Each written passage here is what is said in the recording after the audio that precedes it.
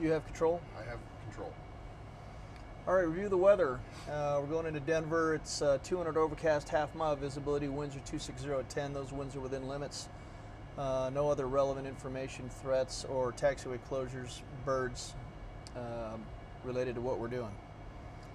As far as coming in, we're starting off on the Boss RNAV arrival. And I did check the constraints coming in. It links right up to the approach so far, unless ATC changes it. The constraints are validated and checked in the box. The approach, we're planning the ILS 35 left 11-11, dated 13 July 18. Does that check? That checks. And validating 108.5 is the frequency. 353 is the inbound course, which I see on my PFD. Crossing down through the arrival onto the approach off of Boss. Diamond at 7,000 feet, 3-degree published angle down to our Cat 1 decision altitude of 56.34, which I see up here on my PFD. Airport elevation is 54.34, so we've got to be thinking about 64.34 for 1,000-foot stabilization. MSA is 9,200 around Denver VOR. Missed approach, following along in the box, climb to 10,000, then a right turn, direct gill VOR and a hold, and that's validated in there as well. Notes set inches, transition level and altitude are standard. RNAV 1 GPS or radar required for procedure entry. Simultaneous approach authorized. Note 3, VGSI and ILS glide path not coincident. Looking over here at the chart, we can see there's terrain to the south. And of course we know the Rocky Mountains are out to the west. Tallest charted obstacle south and east of our approach course appears to be a tower, 6529. Looking at minimums.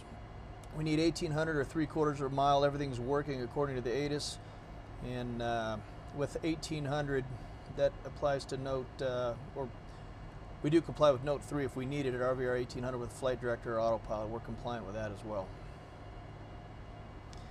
We have an ALSF2 lighting system, PAPI on the right. Any questions on the approach? No. Talked about terrain. The hat. Flight plan, we validated all the way through the missed approach. It's already been done. RadNav, we have nothing manually tuned. The ILS does match up with the chart again. IAQD 353 inbound course. Prog page, we're looking for GPS primary and nav accuracy is high. Perf, cruise going to the next phase, descent. We do have our 280 knots pre-programmed in for the constraint on the arrival. And approach, the latest ATIS is loaded into the FMS for a V approach of 134. That's based on flaps full. And again, that's the runway we're going to, 35 left. Looks like we're going to land in Denver with 5.1. We have our 45-minute FAR reserve, 18 minutes extra on top of that. And looking up there at our gross weight, 132, that is below max landing weight. Secondary, you just made a copy, I presume? Secondary is a copy of the active.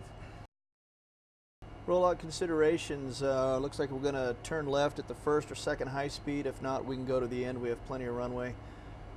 No transition to controls as I'm flying, and no hot spots are listed on the chart. It's a nice cool day, so once we do bring the flaps up after landing, we can bring them all the way up.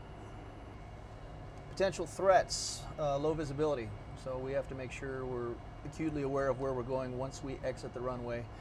And if not, we'll just stop until the tower asks for directions. Any questions? No questions. Okay. I have control.